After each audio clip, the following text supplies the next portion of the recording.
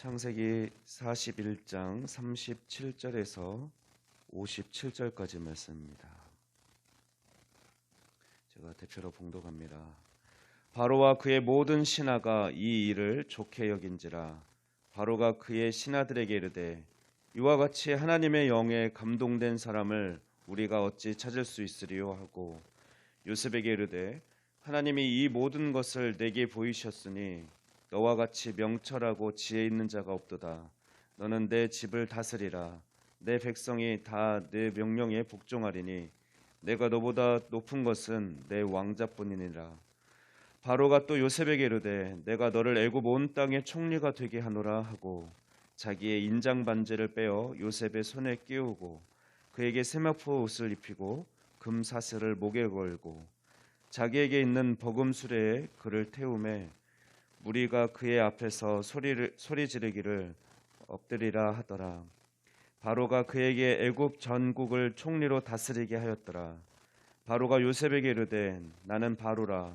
애굽 온 땅에서 내 허락이 없이는 수족을 놀릴 자가 없으리라 하고 그가 요셉의 이름을 사브낫바네아라고 하고 또 온의 제사장 보디베라의 딸 아스낫을 그에게 주어 아내로 삼게 하니라.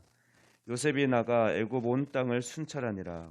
요셉이 애굽 왕 바로 앞에 설 때에 30세라. 그가 바로 앞을 떠나 애굽 온 땅을 순찰하니 7해 풍년에 토지 소출이 심히 많은지라. 요셉이 애굽 땅에 있는 그 7년 곡물을 거두어 각 성에 저장하되 각 성읍 주위의 밭의 곡물을 그 성읍 중에 쌓아두매 쌓아둔 곡식이 바다 모래같이 심히 많아 세기를 그쳤으니 그 수가 한이 없음이었더라. 흉년이 들기 전에 요셉에게 두 아들이 나되 곧 온의 제사장 보디베라의 딸 아스낫이 그에게서 낳은지라. 요셉이 그의 장남의 이름을 므낫세라 하였으니 하나님이 내게 내 모든 고난과 내 아버지의 온 집을 잊어버리게 하셨다 하며 차남의 이름을 에브라임이라 하였으니 하나님이 나를 내가 수고한 땅에서 번성하게 하셨다 함이었더라. 애굽 땅에 7해 풍년이 그치고 요셉의 말과 같이 7해 흉년이 들기 시작하매 각국에는 기근이 있으나 애굽 온 땅에는 먹을 것이 있더니 애굽 온 땅이 굶주림에 백성이 바로에게 부르짖어 양식을 구하는지라. 바로가 애굽 모든 백성에게 이르되 요셉에게 가서 그가 너희에게 이르는 대로 하라 하니라. 온 지면에 기근이 있음에 요셉이 모든 창고를 열고 애굽 백성에게 팔세. 애굽 땅에 기근이 심하며 각국 백성도 양식을 사려고 애굽으로 들어와 요셉에게 이르렀으니 그 기근이 온 세상에 심함이었더라. 네, 오늘 본문은 애굽의 술객이나 박사들과는 달리 명쾌하게 바로의 꿈을 해석할 뿐만 아니라 그에 대한 대책까지 막힘이 없는 요셉에 대해서 바로와 온 신하들은 감탄을 하였고 바로가 그를 애굽의 총리로 임명하는 장면이 기록되어 있습니다. 그리고 총리가 되어서 성실하게 그 직무를 수행하는 모습까지 기록되어 있습니다. 우리는 오늘 말씀을 통해서 몇 가지 교훈을 얻게 되는데 첫째로 요셉의 삶은 예수님의 삶을 예표한다는 것입니다. 하나님은 요셉의 고난을 축복으로 바꾸어 주셨습니다. 그의 생애를 통해 나타난 고난 뒤의 영광이라는 삶은 궁극적으로 십자가 고난을 받으신 후 부활 승천하여 하늘과 땅의 모든 권세를 가지신 예수 그리스도를 예표합니다. 요셉이 30세의 총리가 되어 사역을 한 것은 예수님의 공생애가 30세쯤에 시작한 것과 비슷합니다. 무엇보다 53절에서 57절 말씀은 7년 대흉년이 시작되자 바로는 요셉을 통해 백성들이 양식을 얻게 합니다. 애굽 사람들뿐만 아니라 온 나라 사람들이 기근을 면하고 구원을 얻기 위해서는 요셉을 찾아가야 했습니다. 이것은 우리가 구원받기 위해서는 오직 예수님께 나아가야 하는 것과 비슷한 것이죠. 우리는 요셉의 삶이 예수님의 삶을 예표함을 살펴볼 수 있습니다. 두 번째로 요셉은 어떤 위치, 어떤 환경 가운데도 자신이 하나님의 사람임을 잊지 않았다라는 것입니다. 요셉을 총리로 삼은 바로 왕은 요셉의 이름을 사브낫 바네아나라는 이집트식의 이름을 지어줍니다. 그리고 온의 제사장 보디베라의 딸 아스낫을 아내로 줍니다. 온은 이집트의 수도인 카이로에서 동북쪽으로 약 11km 정도 떨어진 헬리오폴리스이고, 또 보디베라는 태양신을 섬기던 제사장이었습니다. 바로 왕이 요셉의 아내를 제사장 가문에서 취한 것은 그를 왕족에 준하는 대접을 해준 것입니다. 왜냐하면 이집트의 왕들은 대개 왕비를 제사장의 가문에서 취했기 때문에 그렇습니다. 이렇게 바로 왕은 능력 있는 요셉을 신뢰했고 그를 철저하게 애굽 사람으로 만들려고 했습니다. 그러나 요셉은 자신이 총리라는 높은 지위에 오르고 또 애굽식으로 이름이 바뀌고 또 이집트 여인과 결혼하게 되었지만 결코 여호와 신앙을 버리지 않았습니다. 그것은 요셉이 두 아들의 이름을 히브리식으로 지은 것을 통해 알 수 있습니다. 첫째 아들은 므낫세, 잊어버림이라는 뜻으로 요셉은 첫째 아들을 얻고 하나님이 내게 모든 고난과 내 아버지의 온 집 일을 잊어버리게 하셨다라고 고백합니다. 그리고 둘째 에브라임은 번성하라라는 뜻으로 하나님이 나를 내가 수고한 땅에서 번성하게 하셨다라고 고백합니다.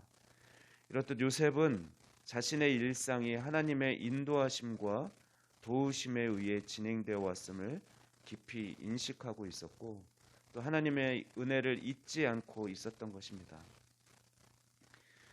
그리고 하나님은 이런 요셉을 축복하시되 두 아들을 이스라엘 지파 12지파 중에서 2개의 지파를 차지하도록 그렇게 축복해 주셨습니다. 마지막으로 우리는 본문을 통해 요셉의 인생을 역전시켜 주시는 하나님을 만날 수 있습니다. 요셉에게 꿈 같은 일이 일어납니다. 하찮게 여기던 히브리인이고 또 노예였던 요셉, 더군다나 감옥에 갇혀있던 죄수가 하루아침에 제국의 2인자가 되었습니다.